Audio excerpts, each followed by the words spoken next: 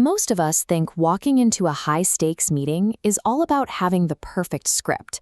We obsess over our talking points, assuming the right words will automatically secure your objective.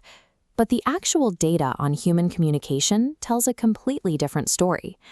This chart shows how people perceive you. A massive 55% of your impact is determined entirely by nonverbal body language. Your tone of voice makes up another 38%. The words you memorized, they account for a mere 7%. Since physical cues carry that much weight, we need to actively calibrate them. Stand up, and if you can, pull out your smartphone camera or step in front of a mirror. We are going to rebuild your physical presence from the ground up. Because these movements are largely involuntary, leaving them unchecked means your body might broadcast fear or incompetence before you even open your mouth. Step 1 is checking your default standing posture. A casual slouch reads instantly as laziness and a lack of interest. You need to straighten your spine and keep your shoulders open. Next, look at your feet. Many people naturally default to a standing leg cross, locking their ankles together. This creates an immediate physical barrier between you and your conversational partner. Another common trap when sitting is the figure 4 clamp, where you place one foot horizontally across the opposite knee. This stance reads as rigid, indicating resistance or aggressive dominance. To fix this, you must establish a neutral baseline. Plant your feet securely, shoulder-width apart, uncrossed, and square your torso directly toward your partner. By removing these physical blocks, your stance signals stability.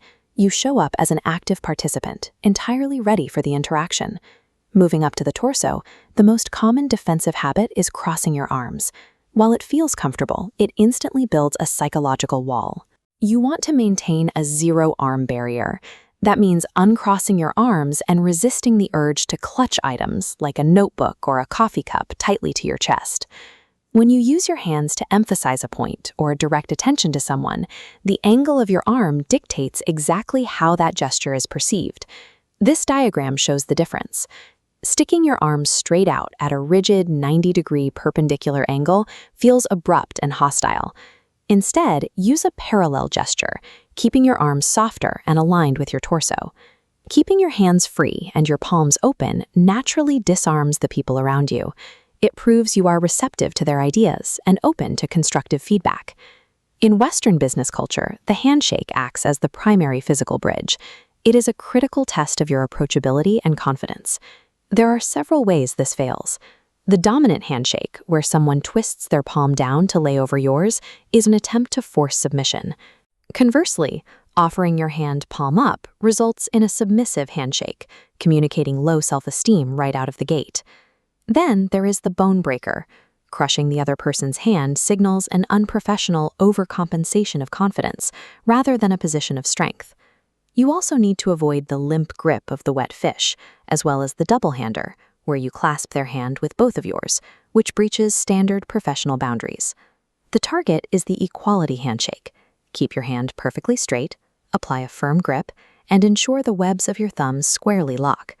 Executing this correctly neutralizes awkward power dynamics. It establishes immediate mutual respect, preventing a subconscious battle for hierarchy. Before you even get close enough for a handshake, you can acknowledge someone warmly from across the room. A subtle, pleasant eyebrow flash lets them know they are seen, without requiring you to shout a greeting. Once you're face-to-face, manage your eye contact using the 3-second rule.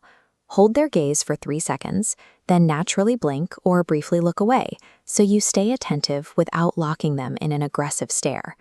Keep your hands entirely away from your face. Touching your nose, rubbing your eyes, or biting your nails are classic tells that broadcast anxiety and make people question your sincerity. You also have to set the right physical boundary. Maintain a safe space of exactly 1 hand-length distance between your torso and theirs to keep the interaction comfortable. As you start speaking, rely on the 3 Ps of voice control. Utilize pauses, maintain a level pitch, and keep a positive tone. To build further rapport, you can use a technique called mirroring. By gently adopting your partner's positive body language, you subconsciously signal that you are aligned with them. Controlling these micro-cues prevents your presence from feeling invasive. You leave the other person entirely focused on the actual substance of what you have to say. Take a look in your mirror or camera one more time. you've successfully assembled a fully calibrated physical presence. Check your list. Your posture is unblocked, your hands are free, your eye contact is paced, and spatial boundaries are clearly set. But there is one major caveat.